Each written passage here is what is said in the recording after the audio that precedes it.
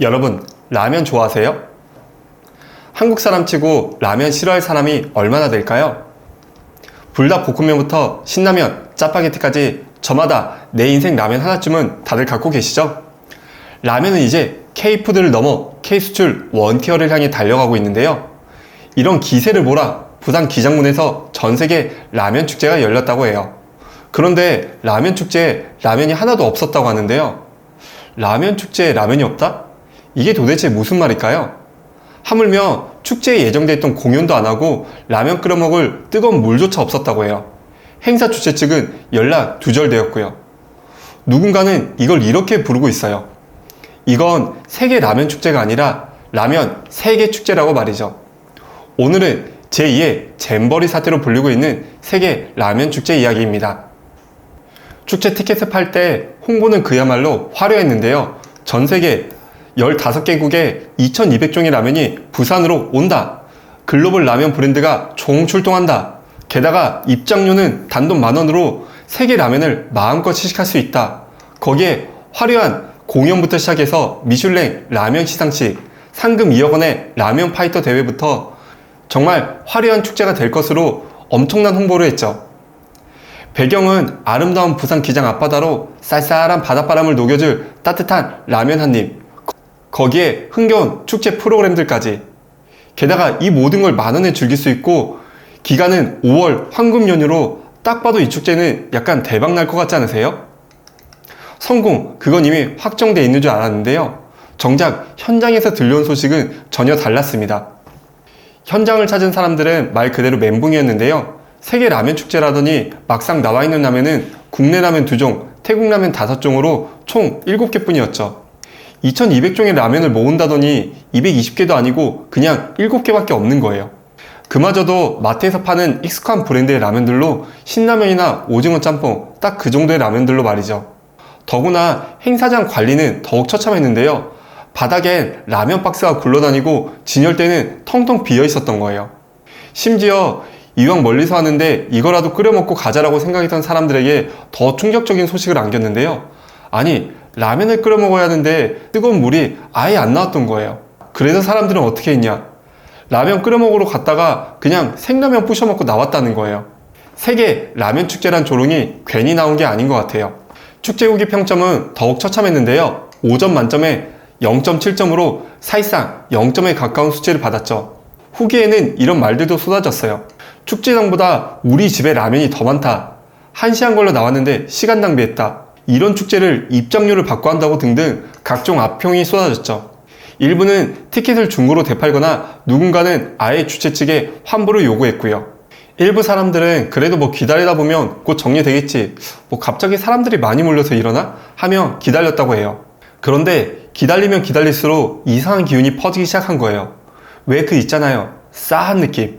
박서진을 포함한 유명 가수들이 온다는 공연은 다 취소되었고 하물며 이것도 아무런 공지 없이 그냥 취소가 돼버렸어요. 현장 안내? 그런 건 당연히 없었고요. 상금 2억 걸린 먹방 라면 파이터 대회도, 1억 주고 브랜드화 해준다던 라면 요리왕 대회도 그냥 아무런 통보 없이 취소를 시켜버린 거예요. 사람들은 이건 취소가 아니라 애초부터 이런 공연이나 프로그램 자체를 계획하지 않았던 거 아니냐, 이러면서 홍보하고 티켓을 팔았다면 이건 사기가 아니냐며 화를 냈고 당연히 주최 측에 몰려갔죠. 그런데 행사를 주관하고 관리해야 하는 주최 측이 소리 소문 없이 사라져버린 거예요. 전화도 안 받고 현장에도 없고 말이죠. 티켓을 환불하려고 공식 홈페이지에 들어가면은 공식 홈페이지는 먹통 사태가 발생했고 이쯤 되면 단순 주최 측의 축제 실수로 넘길 수 없는 수준이었죠. 기획된 사기극이라는 말이 괜히 나오는 게 딱히 틀려 보이지 않네요. 설상가상 피해를 본 건 관람객만이 아니었는데요. 축제 푸드트럭이나 공연팀, 조명 설치팀, 지게차 기사, 심지어 라면 끓이물을 공급하는 물차 대여업체까지 줄줄이 돈을 못 받은 거예요. 업체들은 차후 금액을 지급한다는 차용증을 믿고 일단 업무를 시작했는데 아무런 정산이 이뤄지지 않은 거죠. 한두 푼도 아니고 현재까지 확인된 피해 금액만 무려 6천만 원에 해당한다고 해요. 어려운 경기 상황에서도 최선을 다한 업체들은 성공적인 축제를 위해 열심히 준비했지만 막상 축제가 시작되니 주최 측은 잠적해버린 거죠.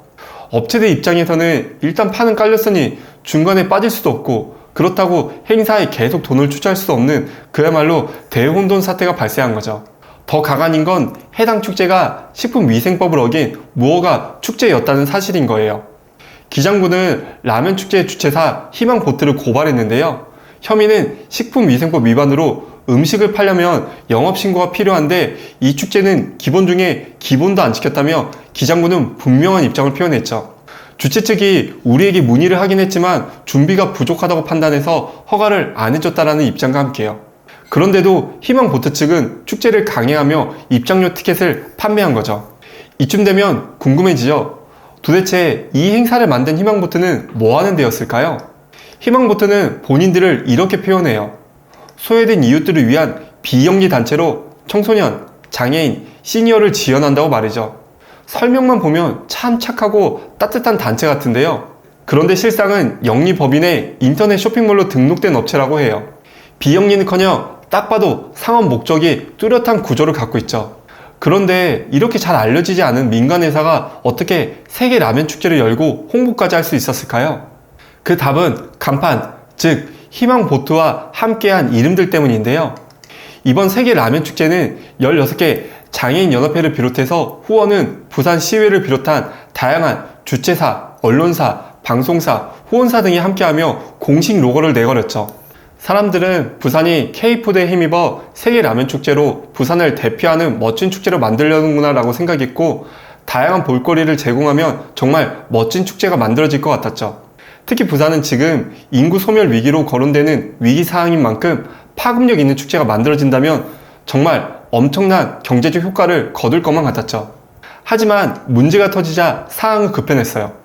부산시의회는 우리는 이름만 빌려줬다며 발을 뺐고, 장애인연합회는 우린 운영에는 손도 안 댔다라며 손살을 쳤죠.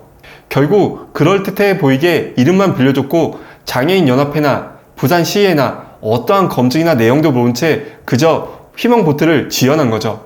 정작 이러고 나서 문제가 터지니 나몰라라 해버린 상황이고요. 결국 이번 세계 라면 축제는 최악의 사례를 남겼고, 이게 바로 지금 희망보트라는 단체가 욕을 먹고 있는 이유죠. 심지어 한국관광공사도 이 문화체육부관광부 홈페이지에 이 축제를 이렇게 소개했어요. 지역 대표 축제로 전 세계 라면이 한 자리에 모인다고 말이죠. 이미 행사는 최악으로 치닫으며 사람들이 SNS에서 후기를 공유하며 날선 혹평이 쏟아지고 있음에도 말이죠. 사람들은 한국관광공사나 문화체육관광부 홈페이지에 이런 축제가 소개되어 있으니 준비가 안 된 거지 축제 사람들이 믿고 갔다가 피해를 보는 거라며 항의했고, 결국 지적을 받고 나서야 이걸 삭제하기에 이르렀죠. 나아가 새로운 행정 문제들까지 수면 위로 떠올랐는데요. 민간 축제는 원칙적으로 허가 대상이 아니라는 거예요. 이게 무슨 말이냐면, 내일 제가 전세계 유튜브 크리에이터 축제를 열겠다고 홍보하며 국내 대표 유튜버들은 물론 전세계 탑티어 유튜버들이 총출동한다. 나아가 유튜버 어워즈 시상식을 비롯한 다양한 포토존과 최정상급 가수들의 초청 공연까지 예정되어 있다라며 이런 걸 막 써붙여도 지자체는 이걸 막을 수 없다라는 거예요. 그럴듯하게 주최사나 후원사 로고 몇 개 걸고 참가비 받는 구조로 가도 당장은 제지할 수단이 없는 거죠. 왜냐고요? 축제 시스템 자체가 사전 허가제가 아니기 때문이라고 해요. 지자체가 개입할 수 있는 시점은 문제가 터진 그 이유가 되는 거죠. 그래서 기장군도 고발 외에는 할 수 있었던 게 없었다고 하는데요. 문제는 이런 구조 안에서는 악의적인 기획자가 마음만 먹으면 사람들을 쉽게 속일 수 있고 가짜 축제를 얼마든지 열 수 있다는 거예요.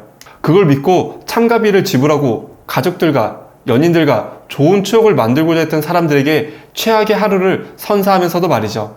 이번 축제는 경북 구미의 라면 축제를 벤치마킹했다고 하는데요. 2025년 세계 라면 축제, 라면은 끓지 않았고 사람들의 화만 부글부글 끓어올랐네요.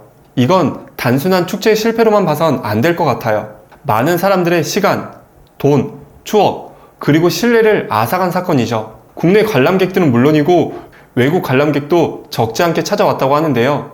우리는 또 한 번 제2의 잼버리 사태를 재현하며 부끄러운 모습을 보여주고 말았어요. 지금이라도 다시 생각해봐야 할 것 같습니다. 과연 이대로 괜찮은가라고 말이죠. 문제가 터지고 나서야 나오는 면피 행정이 아닌 예방 행정이 필요한 시점이라고 보여져요. 나아가 그럴듯해 보이게 이름만 빌려주는 관례가 아닌 축제 전 검증, 축제 중 관리, 축제 후 책임까지 이어지는 제대로 된 축제 시스템이 필요할 것 같습니다. 오늘도 영상 시청해주셔서 감사드리고요. 여러분의 의견도 댓글로 남겨주세요. 구독, 좋아요도 잊지 마시고요. 저는 다음에 더 재미있고 알찬 뉴스 너머 이야기로 다시 찾아오겠습니다. 감사합니다.